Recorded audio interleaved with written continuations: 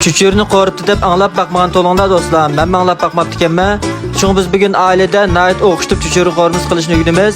Qilish usuli nayt oddiy bo'lib, bir qatim ko'rsin chuqur o'rganalaysiz. Amsa o'rganish boshlaylik ketdik. Avval ko'k qizil lazni suratdagidek 3 buling arasi to'g'ri olib, çüçürünü mana shundaq nayt chiroyli qilib tugib olamiz.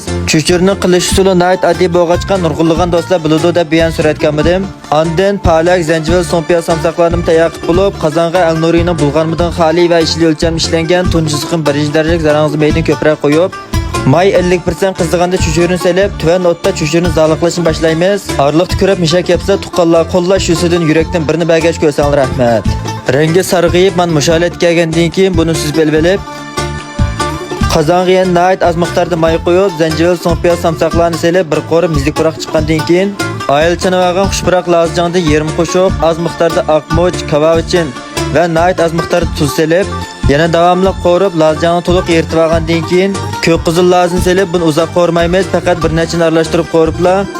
Bayoz zaliq qilib olgan çüçürünü selib, o'tni yuqori qilib 30 sekund atrofida to'xtamay aralashtirib o'rib qo'rib, rangini ko'rkam chiqarish uchun az miqdordagi palakni selib, yana davomli bir nechini aralashtirib qo'riblar, taqsiga qilib iste'mol qilishni boshlasak bo'ldi. Amsa oxirida meni qo'llab, yurak besa, piyonlarni gullarni yo'llayotgan tuqqanlar ko'pdan ko'p rahmat aytaman. Shu yurak bosgan qo'llaringlarning gulunsin. Meni qaytib olinglar, bundan keyin texmin nodir mazmunli huzuringlar bo'ladi. Kelasini ko'rishaylik, xayr xo'sh.